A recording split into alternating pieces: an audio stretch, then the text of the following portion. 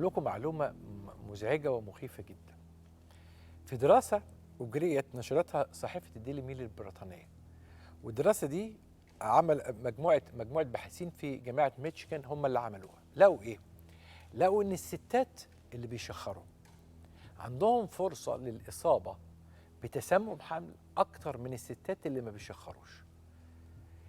تسمم الحمل دي كلمة مزعجة ومخيفة جدا، وطبعا في النساء وفي البطنة الموضوع بتاع تسمم الحمل ده موضوع يعني emergency intensive care patient، وحالة مخيفة للقسمين.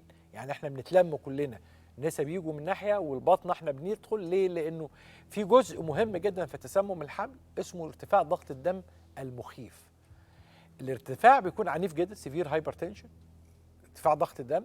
كمان بيبقى الست دي عندها بروتونوريا، يعني عندها قصه كده في الكلى. المهم يعني مش عايز ادخلكم في تفاصيل، لكن ده نتيجه ايه؟ انه الستات دول اللي بيشخروا من قبل ما يحملوا هم عندهم فرص ارتفاع ضغط الدم اعلى، فلما بيدخلوا في حاله الحمل بيبقى فرص ارتفاع ضغط الدم مع الحمل اللي ممكن يوصل لمرحله البريكلامسيا والاكلامسيا اعلى.